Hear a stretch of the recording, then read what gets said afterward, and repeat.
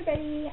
Today I'm going to make a chicken enchilada salad, and I'm going to use one chicken tenderloin, half of a cup of fat-free refried beans, some Old El Paso enchilada sauce, some cheese, and some lettuce and sour cream.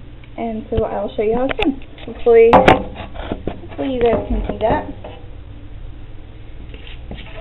So first I have some chicken that I chopped up and defrosted.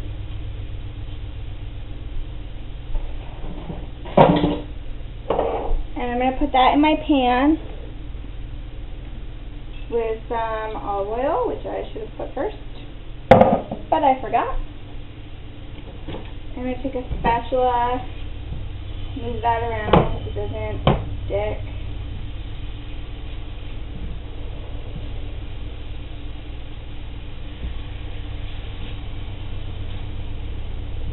And I love garlic, so I'm going to put in some garlic and some sea salt. Not really coming out.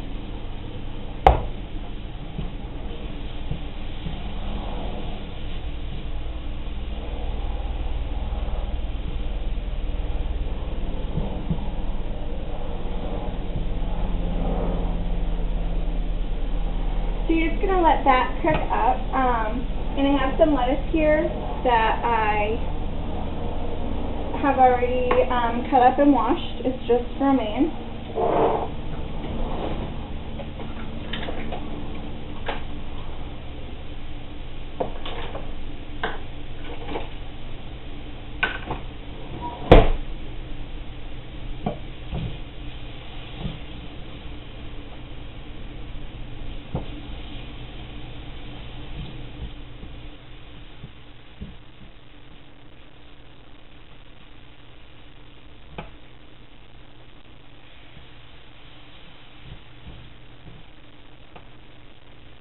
Okay, so while my chicken cooks up, I'm actually going to add in my Old El Paso enchilada sauce. And this is 1/4 of a cup is a serving. I just have it in a glass container because it's actually left over. I made this a couple of nights ago. I'm going to get my measuring cup, measure out 1/4 cup, and I'm going to add that in so that the chicken soaks up all the flavor as it cooks, and it'll kind of thicken and make like a really yummy thicker sauce. And this chicken is really lean. It's 98% fat free. I'll put a picture up. It's just the Tyson frozen pieces of chicken. So while that all comes together, and the chicken cooks up pretty quick actually because there's not a ton of it. So while that all comes together, I'm going to measure out my refried beans. And these are Old El Paso as well. They are the fat-free refried beans. And a serving size of 1/2 cup for each check.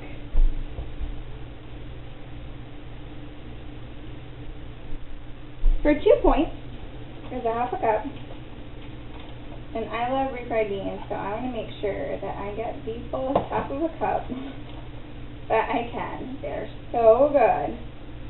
It lets you just mix them in with some cheese and put them on a tortilla or on some chips.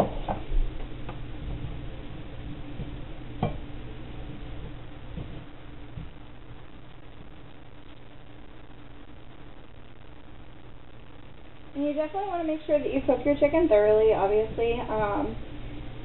It's very bad for you to eat undercooked chicken. You can get E. coli and salmonella and all kinds of nastiness. So you want to make sure that's cooked up really well.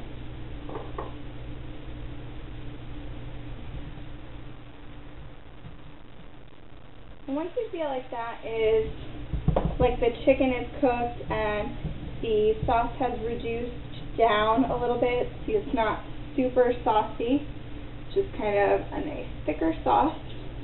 I'm going to add in my refried beans, and these you're going to want to keep moving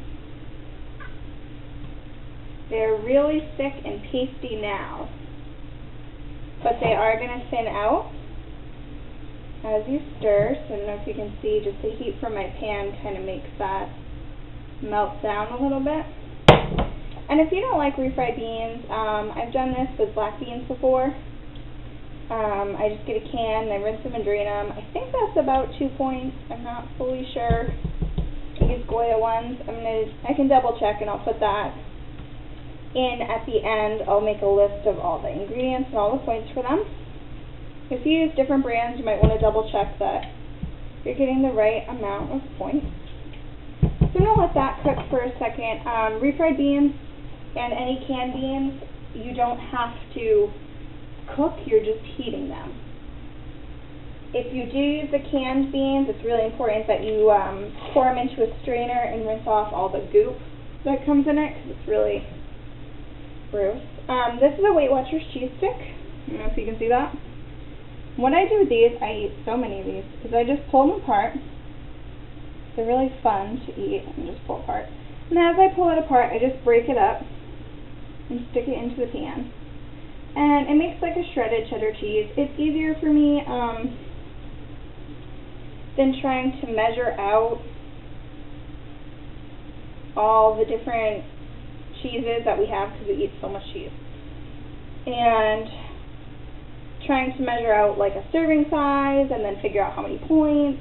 Is this one 2 points or is it 1 point? I can't remember. These sticks, I know, are always 1 point. I do this, I put them in eggs, I'll break it up and put it on an English muffin with some sauce and veggies, make like a pizza. It's mozzarella cheese, but this is actually very good with cheddar. So if that's what you want to do, then go ahead and do that. So I've started up about half my stick. I'm just going to give this a stir. And definitely want to rinse your pan immediately when you're done, because the refried beans and the cheese will kind of cement themselves onto your pan, make it really hard to clean later.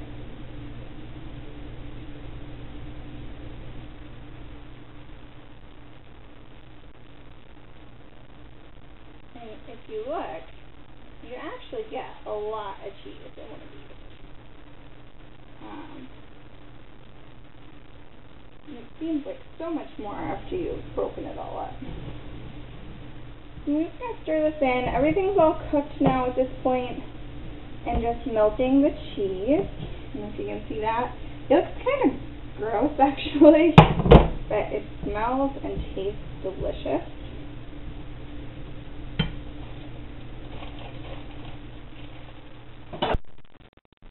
So a serving size of the sour cream is 2 tablespoons.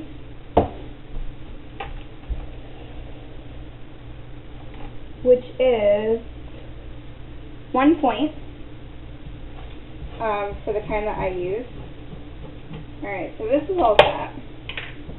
I'm going to take this off, and I am going to take the lettuce, and I am going to just scooch all this off the pan right on top of my lettuce. If you want, you can put this on tortillas, on top of chips to make like nachos. It's really good. I'm going to add some water into my pan so it doesn't turn into cement on me.